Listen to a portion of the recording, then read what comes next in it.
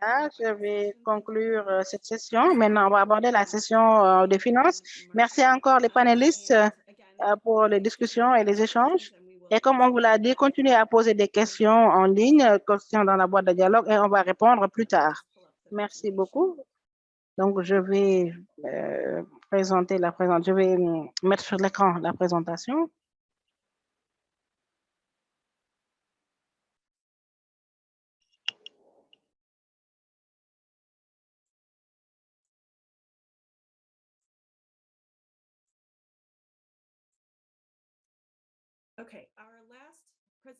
Voilà, notre dernière présentation, c'est sur la pérennité, la durabilité.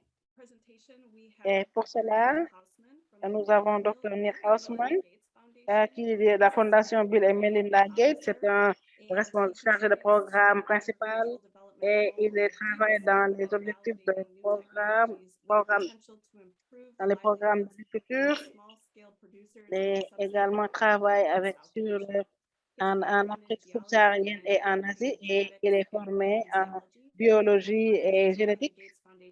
Et il a rejoint, avant de travailler pour la Fondation Gates, il a été le directeur à Coteva Agriscience et également il a travaillé à DuPont Pioneer. Nous avons également Dr. Kate Kisman, qui est de la FAO des Nations Unies, qui est le travail dans la prévision disons des invasions des criquets, et également travaille sur à l'Organisation de l'alimentation et de l'agriculture, la FAO, les Nations Unies, et travaille contre, disons, l'invasion des criquets, un expert contre l'invasion des criquets, et travaille dans la prévision avec les pays. Il a travaillé dans 35 pays, en plus d'avoir il travaille dans l'innovation, il travaille dans l'alerte précoce également avec les pays. Et depuis, il travaille et on va avoir une conversation. Et sur ces notes, je vous passe la parole. Je passe la parole aux panélistes. Merci.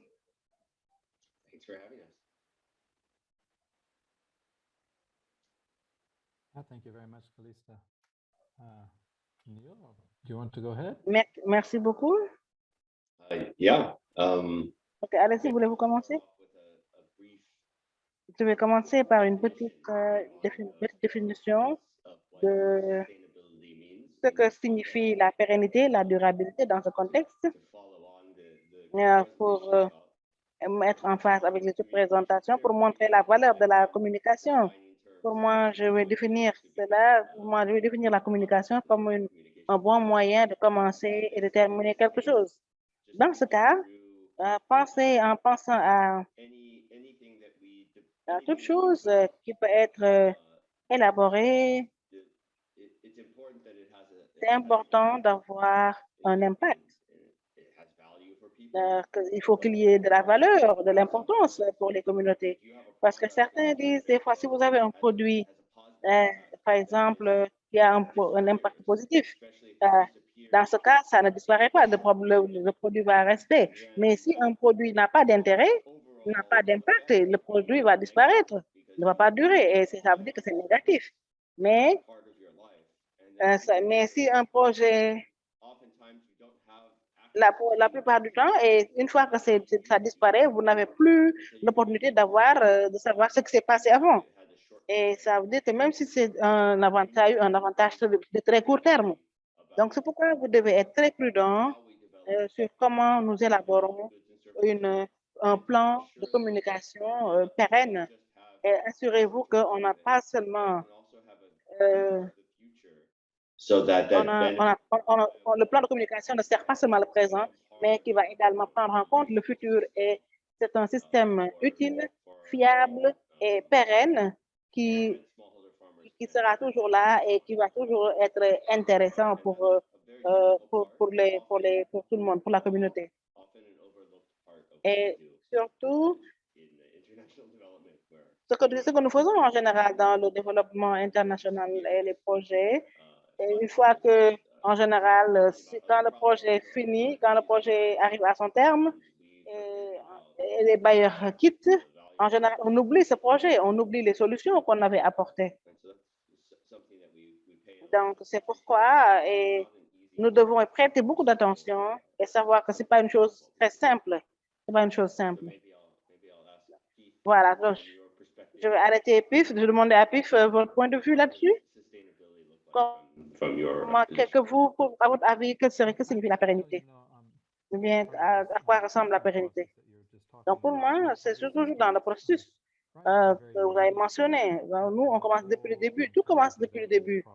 Quand vous parlez de problème, processus de développement, là, cela implique, il faut que se demande, pose la question, la personne que nous voulons, la communauté que nous voulons développer, nous devons se demander, quel que soit ce que nous voulons faire, c'est de résoudre un problème, n'est-ce pas?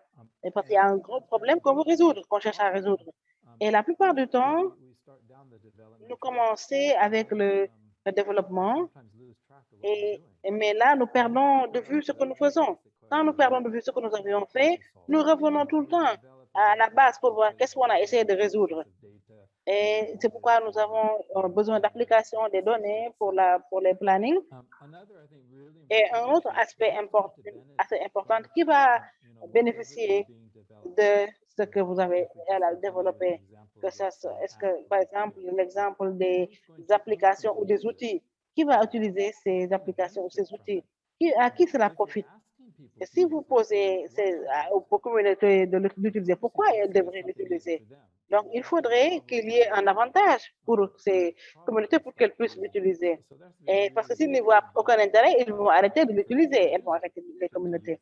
Donc, demander, disons, pour avoir au moins la certitude que des outils ou des applications vont être utilisés, ça implique que cela doit susciter d'abord un intérêt pour celui qui l'utilise. Et c'est là où vous devez commencer d'abord. Donc, nous, en tant que développeurs, ce qu'on veut faire, qui sont les partenaires? Et nous devons vraiment établir un partenariat avec une bonne entité. Et ça, c'est essentiel. Et essayer de faire un essai sur le processus. On sait que certains développeurs ne savent pas très bien, ne savent pas très bien ce qui marche et ce qui ne marche pas. Il faudrait travailler avec la communauté pour le savoir. Donc, il faudrait également avoir des financements flexibles pour pouvoir changer. Également, on peut commencer avec un développeur et on sait qu'au bout d'un certain temps, il faudra en changer un autre développeur, changer autre chose. Donc, il faudrait pouvoir être flexible dans ce cas. Dans ce cas, maintenant, ce qui est important, c'est de savoir comment continuer à avoir la pérennité. Comment tout cela fonctionne, comment tout cela marche. Les applications, si vous donnez l'exemple, l'utilisation de l'application, comment ça va continuer à l'avenir? Et si vous avez la réponse à ces questions-là, dans ce cas, nous devons maintenant continuer au tableau de bord et pour revoir, nous poser la question, qu'est-ce que nous faisons et comment nous allons changer notre approche si nécessaire.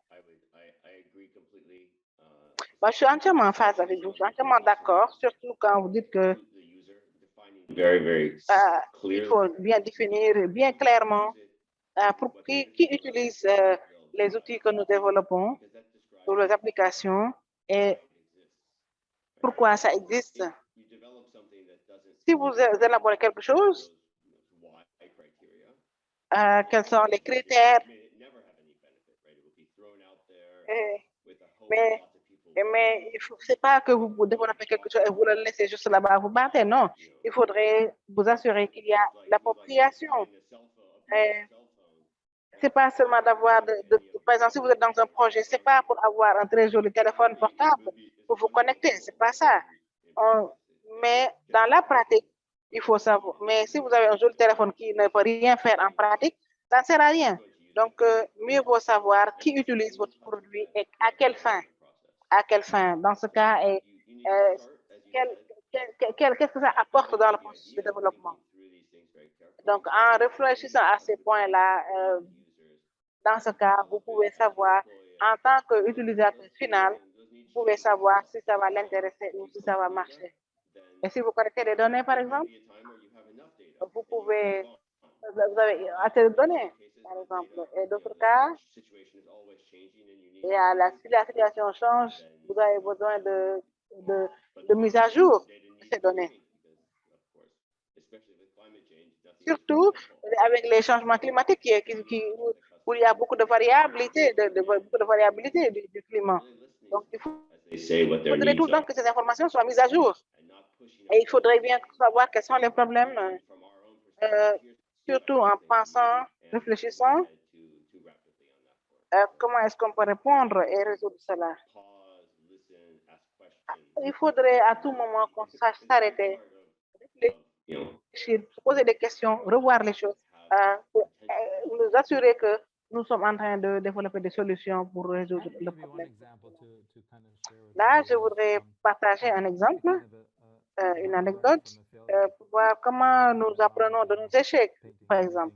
Je pense que je vais commencer avec, parce que des fois, quand vous faites le projet, ce n'est pas tout le temps rose, hein, ce n'est pas tout le temps comme on veut. Mais là, je vais partager une expérience qu'on a eue il y a 5 ans de cela. Et à l'époque, on avait une perception générale, on avait dit qu'il fallait un système de suivi. Il fallait une collecte de données sur le terrain. Et je me rappelle que je suis allée en Afrique de l'Ouest, en Afrique de l'Est, en Afrique australe, pour rencontrer les agriculteurs, pour voir comment ils combattent les chenilles légionnaires et pour leur demander quels étaient leurs besoins. Et c'était un très bon début. Et tout le monde était impliqué. Le début était bien parti en tout cas. Mais après, il a fallu élaborer et développer l'application pour que les agriculteurs puissent l'utiliser. On a vu que beaucoup s'étaient désengagés parce que à l'époque, cette étape qui était la plus difficile, c'était d'utiliser l'application à travers les pays africains. C'était seulement quelques pays, une dizaine de pays. Et on a échoué. Malgré la connexion, malgré le début en toute pompe, en toute fanfare, le projet a échoué. Et je me suis demandé pourquoi ça a échoué. Et on s'est rendu compte que, premièrement, en tant que, comme vous l'avez dit, avec les smartphones, les téléphones Android, c'était pas une bonne cible. Parce qui étaient les utilisateurs? Est-ce que c'était les agriculteurs? Est-ce que c'était les communautés? Parce que c'était les communautés, c'était les points focaux, ou bien est-ce qu'il y a une ONG? Donc, on a juste développé une application et on ne s'est pas demandé qui va utiliser l'application. Et c'est comme ça que le projet a échoué. Le deuxième exemple, c'est que, le deuxième point, c'est que l'application a produit des données, mais personne n'utilise ces données. Eh bien, ils vont les mettre dans une base de données et autres, comme on le fait tous dans une belle carte. Mais comment on utilise ces données? À quel objectif? À quelle fin? À quel citoyen va se référer à tout cela? Donc là, on n'a pas vraiment fait des recherches sur cet aspect. On a juste développé l'application. On n'a pas discuté de tous ces détails. Et en fin de compte, on a eu l'application, on a eu la plateforme, et avec très peu de données, et personne les données ont été recueillies, mais personne ne se les appropriait. Et lorsque vous avez ce type d'éléments, vous avez une recette pour quelque chose qui ne va pas marcher. Et c'est un domaine d'incitation. Oui, les gens peuvent utiliser cette application pour enregistrer des données, mais comment les motiver? Ils peuvent recueillir les données sur la chenille légionnaire et les vulgariser pour que les gens puissent apprendre à se servir de l'application. Quelle est la motivation? S'ils ne comprennent pas la motivation locale, quelles sont les choses qu'il faut faire? Il faut avoir, parce qu'ils ont leurs priorités, et donc finalement, ils ne vont pas faire de manière correcte ce qui doit être fait. Et en plus de ce que nous avons dit, il y a les finances pour qu'il y ait un résultat durable. Il faut avoir des services qui se poursuivent dans l'avenir, les salaires, les soldes, qui puissent soutenir les familles. Il faut donc penser à toutes ces possibilités. Il faut donc réfléchir à la nécessité d'avoir de tels financements. Nous ne pouvons pas supposer que les cultivateurs paient eux-mêmes ces coûts élevés. Nous devons penser à avoir suffisamment de financement, y compris auprès d'agences multilatérales comme la FAO. Ces situations doivent être au l'ouest, toujours à l'esprit comment donc obtenir suffisamment de fonds. Nous devons y réfléchir constamment. Oui, je pense que vous avez absolument raison. C'est crucial s'il y a des coûts d'exploitation liés à la technologie. Et concernant le recueil de données sur le terrain, le moment du recueil de données est important. Il faut avoir suffisamment de temps, un temps réel, mais les connexions doivent être faites par satellite et cela suppose un coût pour que les données soient correctement envoyées. Nous devons donc y penser dès le début. Il faudrait donc y avoir quelque chose de durable, mais tout ne dépend pas tout ne dépend pas des gouvernements parce que il faut qu'il y ait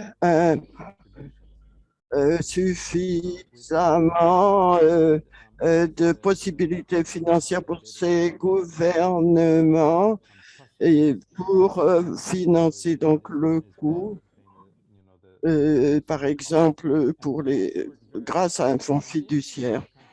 Et cela avait bien fonctionné au départ. Les pays étaient d'accord qu'ils n'avaient pas à payer les transferts, il n'y avait pas de coûts supplémentaires à payer, mais si on doit envoyer les données en temps réel et que ce sont des informations qui sont aussi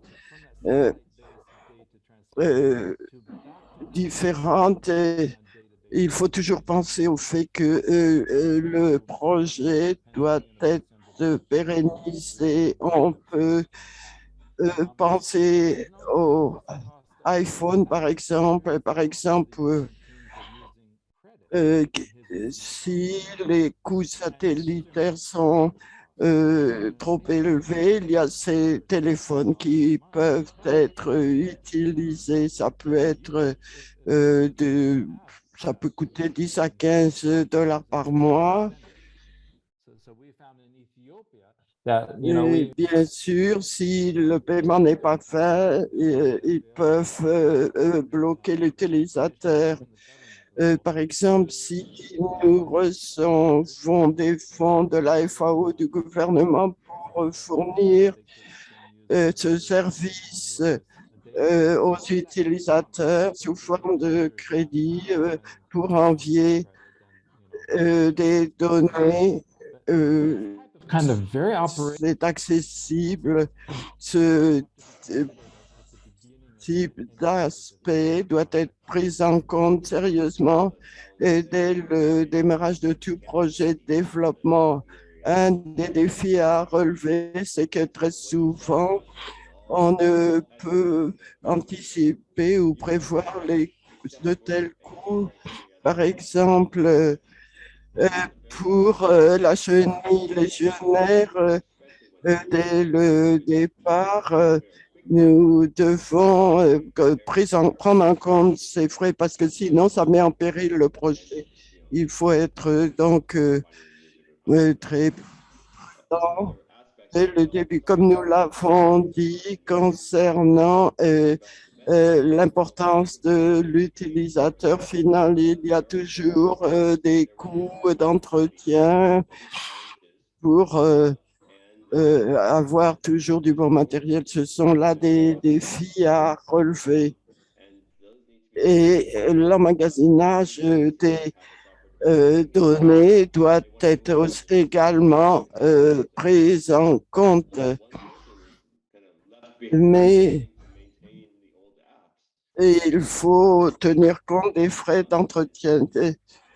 Et il faut penser que si l'on utilise une application, si l'on ne passe pas donc à l'entretien, c'est un problème. Il faut donc savoir comment faire cet entretien et comment, en fait, dans les données recueillies, faire un choix concernant données qui ont une valeur par rapport à d'autres qui n'ont pas autant de valeur.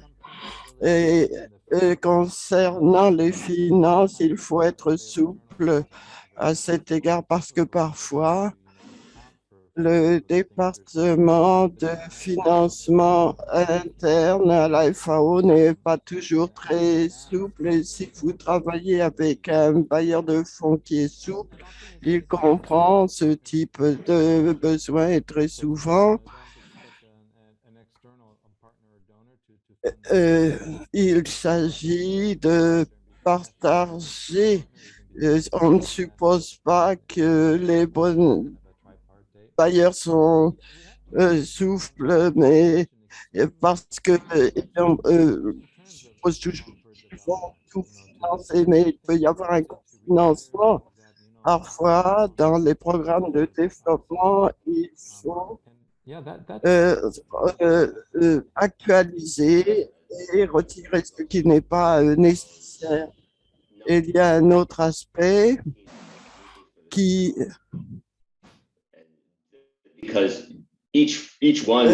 de pas utiliser les mêmes solutions pour le même problème parce que cela ne va pas être pérennisable étant donné que le montant peut être suffisant, mais il y a des donneurs qui fixent des priorités, je vais dire des bénéficiaires qui ont des priorités et donc ils utilisent davantage de financement que cela est prévu, mais il faut se montrer flexible. Ce n'est pas l'idéal, mais nous devons faire comment agir parce que ce n'est pas facile. Je crois que également, il faut avoir une structure institutionnelle. Il y a un processus d'appel d'offres. C'est un processus qui fait que on ne prend pas la première application qui est présentée parce qu'il y a eu un appel d'offres. Et donc, c'est un autre processus. Mais si nous avons le climat adéquat, et je parle ici de laboratoire d'innovation, c'est un bon exemple qui intègre différentes personnes qui travaillent sur le projet. Mais dans même projet, on utilise d'autres, pour certains aspects, d'autres applications pourraient être utilisées dans le cadre d'un même projet. Je voulais dire cela. Je voudrais poser une question sur ce qu'a dit Neil concernant les salaires. Par exemple, c'est pertinent pour le laboratoire d'innovation. s'il y a 75 personnes et qui doivent partager un financement avec, par exemple, 26 pays africains. Il y a des centaines de millions de dollars étalés sur 5 ans. Nous, qui travaillent sur la sécurité alimentaire et sur plusieurs années. Il y a un programme sur plusieurs années d'alimentation mondiale. Il y a bien sûr des corrections qui sont faites. Et ça ne serait pas une meilleure idée pour que ça soit durable que on travaille aussi avec le secteur privé et qu'on évalue tout ce qui peut être fait à cet égard. Mais bien sûr, cela n'existe pas dans les universités publiques. Les universités, ne soyons pas aussi brutaux que dans le secteur privé, surtout si c'est pour l'Afrique.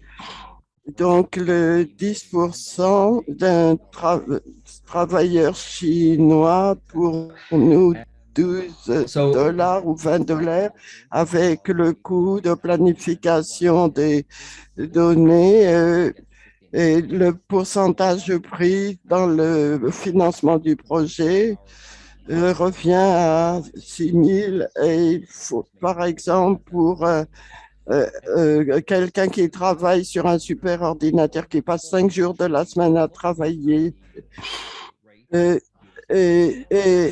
cela, l'utilisation d'un super ordinateur représente 4 ou 5 personnes qui travaillent au niveau international. Nous devrions essayer d'être efficaces en matière de coûts et un peu plus réaliste sur ce que nous dépensons. Il faudrait un plan d'utilisation des ressources internes au lieu des ressources externes comme nous le faisons en Afrique, d'université à université en Afrique. C'est ce qui s'est passé avec l'équipe, avec la Dream Team au Kenya.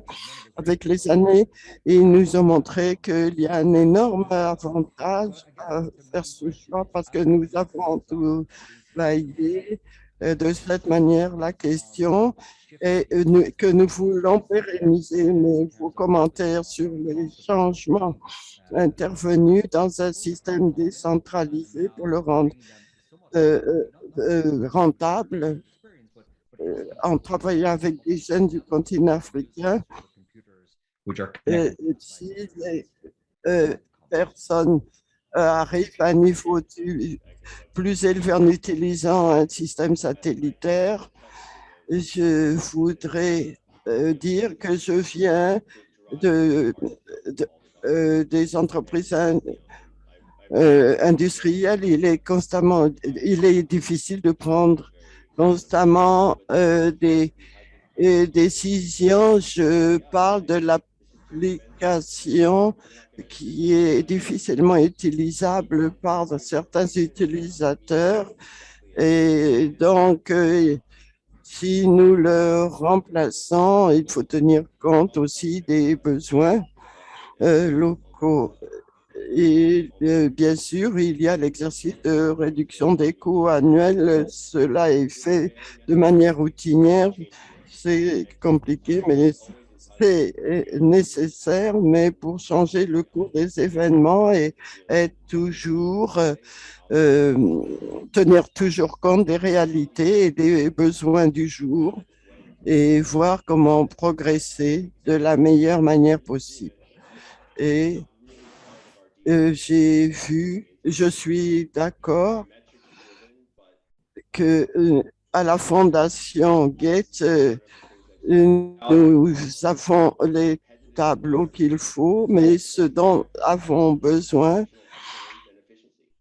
c'est que, et si nous voulons viser l'excellence et l'efficacité, et j'ai essayé de l'équiper avec l'équipe avec laquelle je travaille. Et comme l'a dit Keith, il faut s'agir quelle est la valeur recherchée. Pour certains projets, on ne peut pas avoir la valeur. Il faut commencer des discussions très dures parce que parfois les gens pensent que la situation est facile. Or, il y a ces défis à relever. It's not fair and it's not. Ce n'est pas toujours équitable, donc je dois toujours faire en sorte d'être équitable. Le problème, c'est que personne ne veut être contesté, mais il faut euh, penser qu'il faut agir dans la bonne direction. Nous devons penser de façon critique si nous devons financer un consultant, ce qui signifie beaucoup d'argent, mais nous avons des clients pour lesquels nous le faisons pas. C'est pourquoi je dis que c'est compliqué, mais c'est parfois nécessaire d'avoir un dialogue ouvert et franc sur ce point. C'est un point souligné, j'y pense beaucoup. Nous avons une question de relations publiques. Comment quelle stratégie adopter pour de tels projets? À mon avis, je ne vois pas des projets excédentaires structurellement et financièrement. Il peut y avoir des dépassements, mais l'objectif du projet, s'il est valable, il peut se réaliser. Je ne dois pas commencer à penser aux choses qui pourraient sans penser à la stratégie. Il faut définir une stratégie. Il s'agit de s'assurer de la pérennisation. Si nous devons élaborer un système, il faut l'actualiser, le moderniser. Et vous savez que il y a une structure pour cela, mais l'utilisateur final, c'est le bénéficiaire qui devrait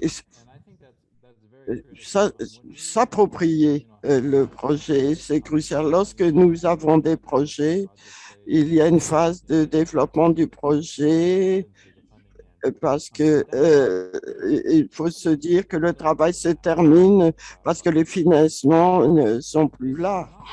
Si quelqu'un s'approprie le projet, il est pérennisé, sinon il disparaît. À mon avis, le bénéficiaire, qui est en général le gouvernement du pays ou des pays, doit se l'approprier. Nous avons lutté pour certains projets pour obtenir cette appropriation pendant le cycle de vie du projet.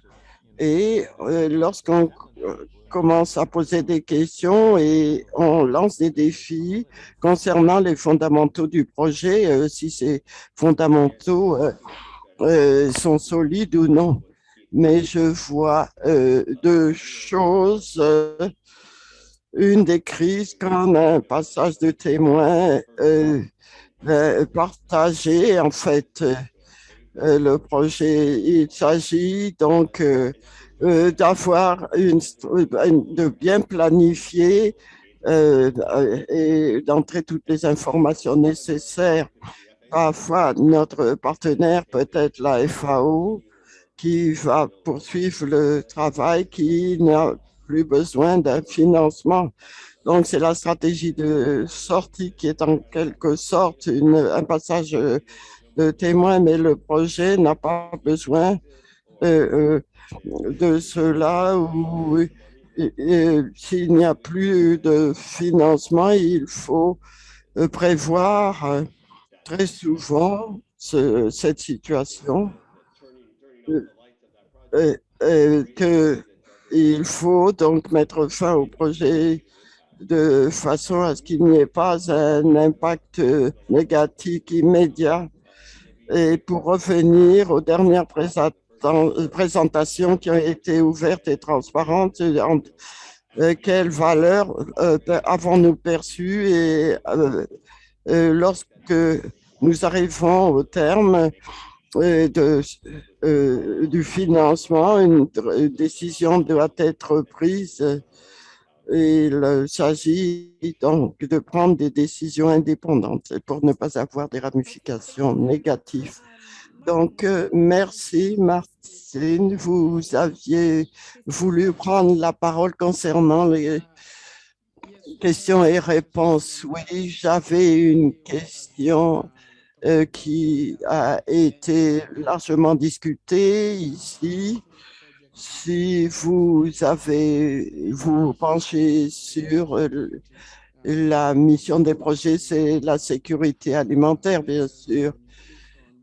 Il y a aussi la nutrition aussi, mais en général, c'est la sécurité alimentaire.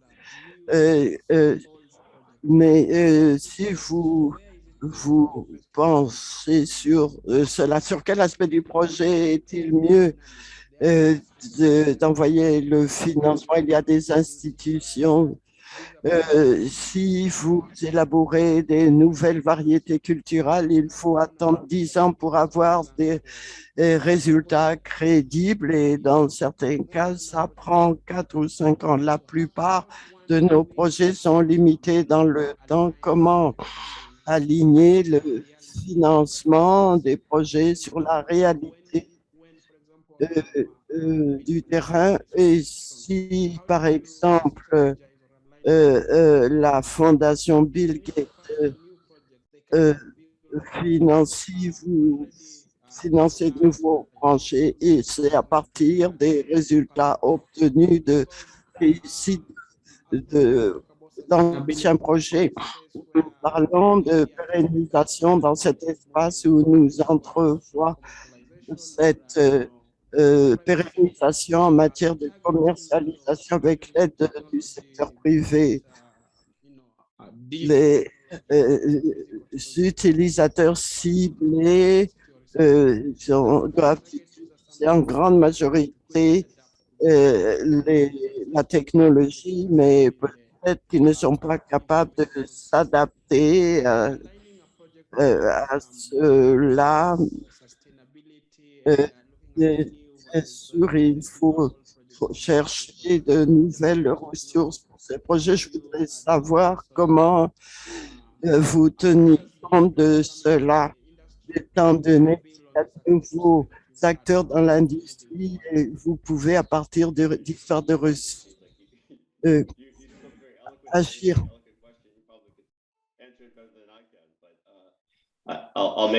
Peut-être que je vais commencer à partir de ma perspective. Parfois, nous le faisons après analyse stratégique sur ce que nous devons faire et ce que nous ne devons pas faire. Et pour avoir un avantage comparatif et par conséquent, nous ne devons pas agir lorsqu'on n'a pas tous les détails d'un projet. Il existe d'autres parties actives qui naviguent dans un autre écosystème où les services sont dispensés d'une autre manière et nous devons savoir si nous acceptons, il existe une disposition si par exemple l'utilisation traditionnelle des pesticides pour lutter contre les ravageurs. Nous devons par exemple prévoir la construction d'une usine de fabrication de pesticides. Il faut bien sûr pour ce projet tout ce qui est nécessaire, mais nous devons, dans notre rôle, définir si nous participons ou non à ce projet et comment il a été dit, nous devons travailler avec les entreprises avec, pour que le financement continue à se faire parce qu'il y a des valeurs dans ce projet. Surtout quand nous savons qu'il y a une valeur commerciale.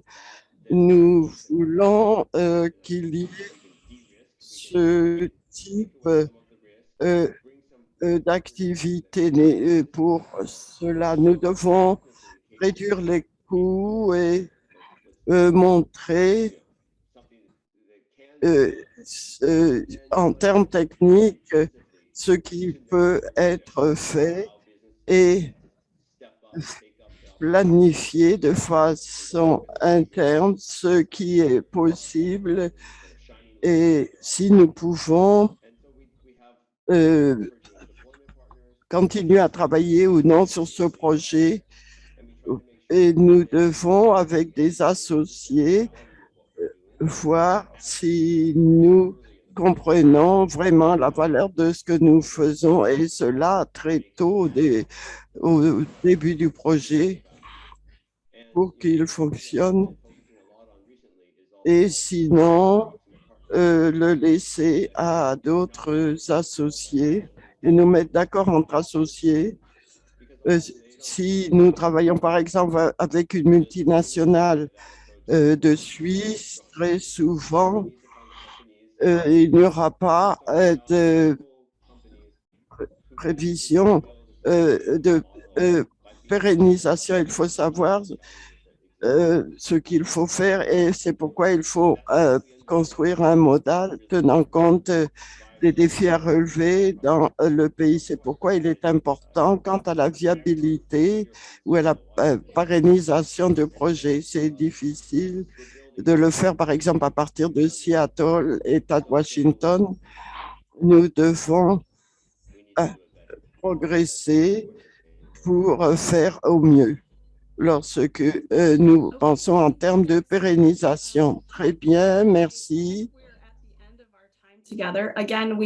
Nous arrivons au terme de notre temps. Il y a d'autres questions auxquelles nous répondrons par écrit. Et cela termine ces 3 jours. Nous devons remercier tout le monde, les interprètes, Patricia Marietta, Rohaya et nous devons remercier René, Paxi et Jennifer et tous les orateurs et les membres de Innovation Lab et tous les participants. Merci de votre interactivité, des questions que vous avez posées, de vos commentaires et d'avoir pris le temps de participer à ce cours. Sur ce, David, vous voulez prononcer quelques mots? Je lui donne la parole. Tout d'abord, je voudrais remercier Calista comme nous l'avons fait ces 3 jours pour son organisation superbe de ce travail phénoménal de réunir tout le monde. Je voudrais remercier aussi Jennifer pour son assistance extraordinaire et pour l'université, pour le travail fait et bien sûr les interprètes. Merci. Et je remercie surtout les participants. C'est un cours de gestion de projet conçu pour les personnes qui n'ont pas accès au financement de façon facile, qui appartiennent à des organisations nationales de recherche qui ont du mal à obtenir un financement par nos organisations, mais nous pensons que ce modèle peut les aider. Et la question que je voudrais poser, c'est les impressions des plus de 300 participants sur ces 3 jours. Ce que nous avons pu constater, c'est le vif intérêt montré par ces dialogues entre plusieurs personnes, soit par le biais de la boîte de discussion ou par le biais de questions. Et c'est un point de départ pour l'avenir. Nous voulons donner un vaste aperçu de foison dans le financement peut-être obtenu aux demandes de financement pour les travaux de recherche.